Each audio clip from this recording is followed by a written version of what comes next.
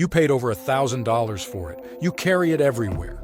And yet, the moment you bought it, it started making money for someone else every single day. This isn't just a phone. It's the most successful scam in modern history. A device that connects the world while quietly trapping billions of people inside a business model built on control, addiction, and profit. When the first iPhone launched in 2007, it promised freedom, access to knowledge, innovation at your fingertips. But somewhere along the way, that dream was replaced with something else. Smartphones became disposable. Not because they had to be, but because it was good for business. Every year, a new model, a slightly better camera, a shinier screen, a number higher than last time. We tell ourselves we need the upgrade, but most of us can't even explain why.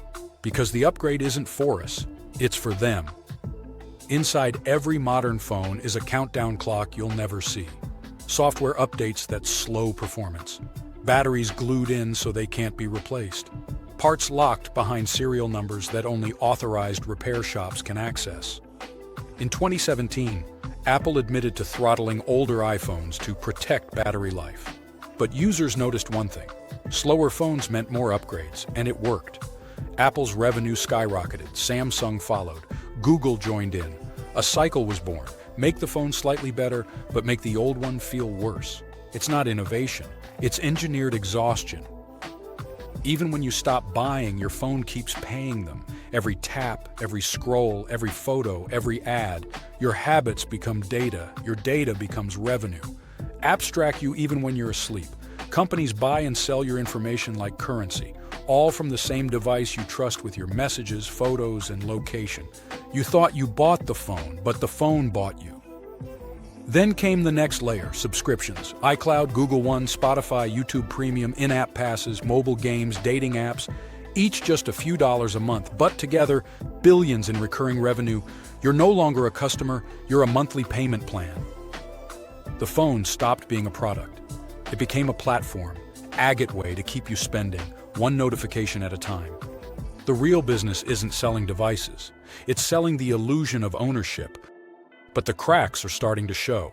Movements across the world are demanding change. The right to repair fight has forced companies to unlock parts and manuals. The European Union is now requiring longer update support, 7 years instead of 3.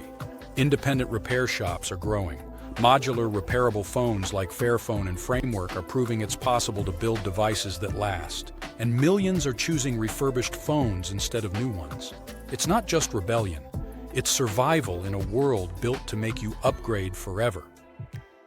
Maybe one day we'll look back on this era, the age of the smartphone, and realize it wasn't about connection.